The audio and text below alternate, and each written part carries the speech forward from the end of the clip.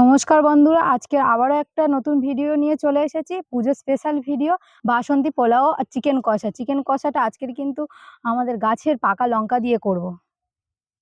তাহলে চলো বন্ধুরা, আজকে রান্নাটা শুরু করা যাক। চালটা আমি ধুয়ে নিয়ে এসেছি, এবারে চালটা জল দিয়ে কিছুক্ষণের তারে রেখে দেবো।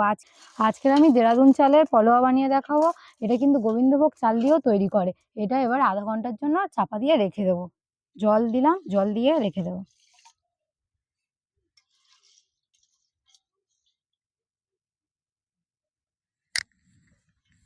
প্রথমে আমি মাংসটা করব কড়াইতে, সেই জন্য তেল দিচ্ছি আলু ভাজার জন্য।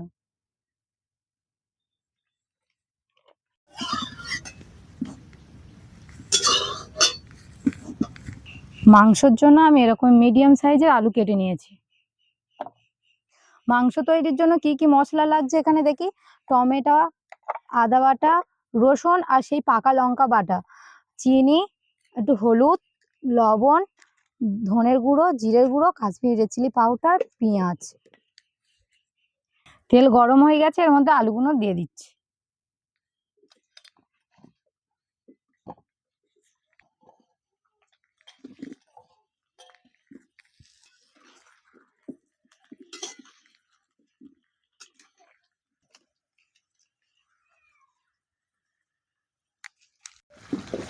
আলুটা ততক্ষণ ভাজা হতে থাকে এদিকে, আর আমি এদিকে চালটা জল ঝরিয়ে নেওয়ার জন্য সাদা পেজের মধ্যে দিয়ে দিচ্ছি।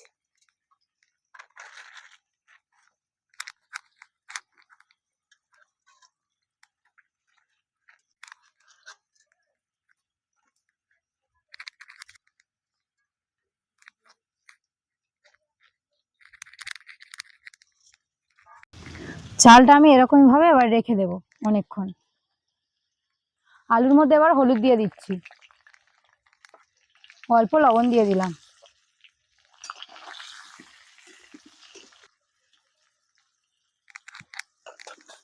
আলুটা একদম লাল লাল করে ভেজে নিচ্ছি, দেখুন কতটা লাল হয়েছে। আলুটা ভাজা হয়ে গেছে, এবার আলুটা তুলে নিচ্ছি।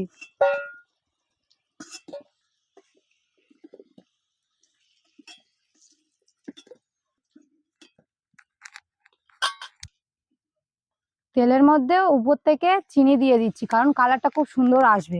পেঁয়াজটাও দিয়ে দিচ্ছি তেলের মধ্যে, লাল লাল করে পেঁয়াজটা ভেজে নেব।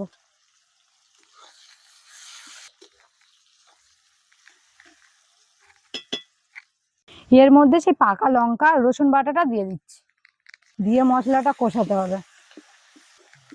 আজকে রান্নাটা কিন্তু আমি গুঁড়ো লঙ্কা ব্যবহার করব না, আমাদের গাছের লঙ্কাটা প্রচন্ড ঝাল, সেই জন্য এই পাকা লঙ্কা দিয়ে রান্নাটা করে নেব। কেটে রাখা টমেটোটা দিয়ে দিচ্ছি উপর থেকে। উপর থেকে আদাটাও দিয়ে দিচ্ছি।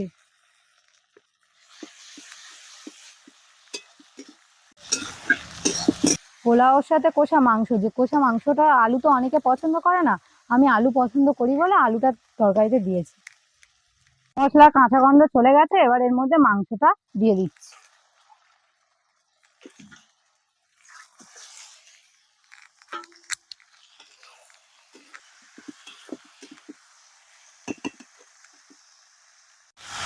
মাংসটা চাপা দিয়ে কষিয়ে নিতে হবে। ঢাকা খুলে নেব এবারে, দিয়ে নাড়তে হবে ভালো করে। মাংস থেকে জল ছেড়েছে অনেকটা। মাংসের মধ্যে পরিমাণ মতন হলুদ দিয়ে দিচ্ছি, ধনে গুঁড়ো দিয়ে দিচ্ছি, পরিমাণ মতন লবণ দিয়ে দিচ্ছি, অল্প করে জিরের গুঁড়ো দিয়ে দিচ্ছি।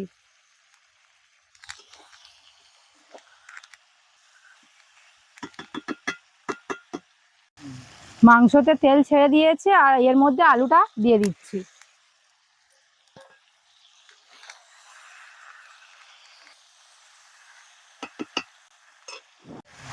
চাপা দিয়ে কষাতে হবে মাংসটা। ঢাকাটা খুলে নেড়ে দিচ্ছি। মাংসের মধ্যে তেল ছেড়ে দিয়েছে, এবার জল দিয়ে দেবো।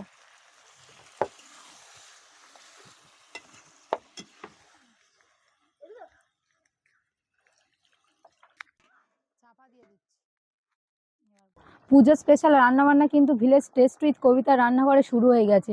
আপনারা পরবর্তী ভিডিও কি দেখতে চান সেটা অবশ্যই কমেন্টে জানাবেন।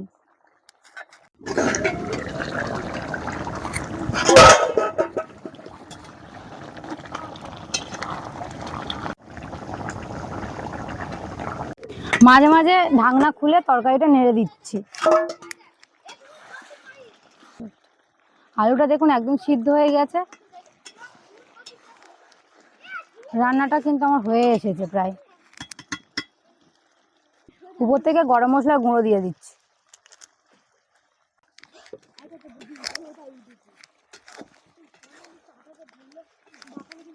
মাংসটা ওদিকে হয়ে গেছে, উনুনে বসিয়ে রেখেছি, অল্প আঁচে ততক্ষণ ফুটতে থাক। আর এদিকে দেখুন চালটা একদম ঝরঝরে করে শুকিয়ে নিয়েছি আমি। এবারে এর মধ্যে এই যে আদা বাটার রসটা নিয়েছি, পুরোটা আদা নিইনি, রসটা নিয়েছি। এবার এর মধ্যে মাখিয়ে নেব আমি। সামান্য হলুদ, চালটার মধ্যে ঘি অল্প করে মাখিয়ে রাখবো।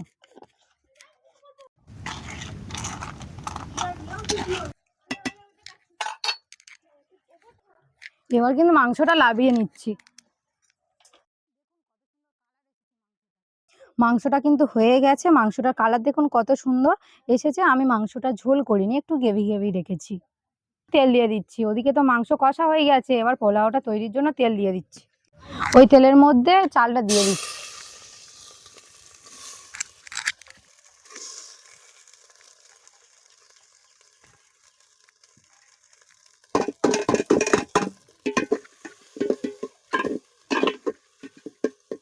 এর মধ্যে কিশমিশটা দিয়ে দিচ্ছি, অল্প করে ভেজে নেব।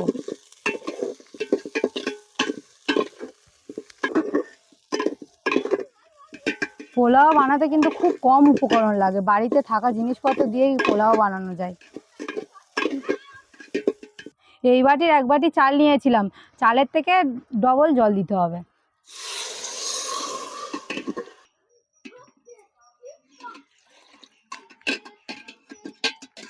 বন্ধুরা, এটা দিলে কিন্তু পোলাওর স্বাদ আরও বেড়ে যায়। এর মধ্যে আছে লবঙ্গ, দারচিনি, এলাচ দিয়ে দিলাম। দিয়ে একটু নেড়ে দেবো যাতে ভালোভাবে মিশে যায় এর সাথে। এর মধ্যে অল্প করে লবণ দিয়ে দিচ্ছি।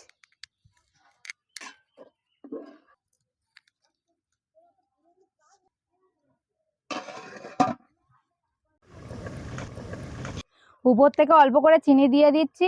পোলাও কিন্তু মিষ্টি হলেই ভালো লাগে বেশি খেতে।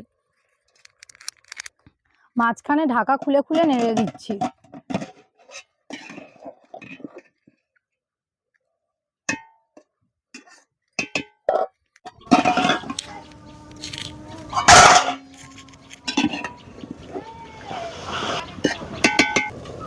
উপর থেকে অল্প করে ঘি দিয়ে দিচ্ছি।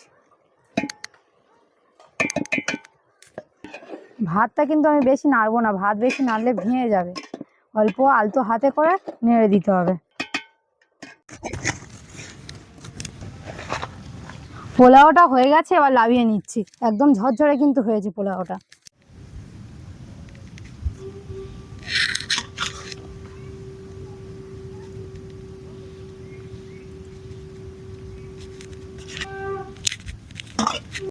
পোলাও আর মাংস কিন্তু একদম রেডি হয়ে গেছে। আর পোলাওটা দেখুন একদম ঝরঝরে হয়েছে, কত সুন্দর ঝরঝরে হয়েছে দেখুন। এইভাবে যদি রান্নাটা করো অবশ্যই ঝরঝরে ভাত হবে, খেতেও দুর্দান্ত লাগবে। আর কলা পাতা খাওয়ার কিন্তু অনেকটা উপকারিতা আছে। ভিডিওটা যদি ভালো লেগে থাকে অবশ্যই করে একটা সাবস্ক্রাইব করে দেবেন। আর পরবর্তী ভিডিও কি দেখতে চান সেটা অবশ্যই কমেন্টে জানাবেন। তাহলে পরবর্তী ভিডিওতে দেখা হচ্ছে আবারও।